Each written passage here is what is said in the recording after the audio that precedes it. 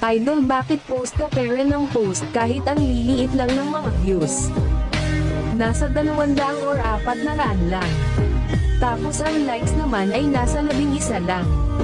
Idol, hindi ka ba napapagod? Oo nga idol, pero gusto ko kasing makabot ng 100k followers. At hindi din ako mapapagod gagawa ng video or pang content ko sa TikTok. Dahil sumasaya din naman ako dito. At ito din ang ginagawa ko pag naboboring ako. Kahit ganyan lang kaliit ang mga views ko, magpo-post pa din ako hanggang maging FYP na ang mga video ko.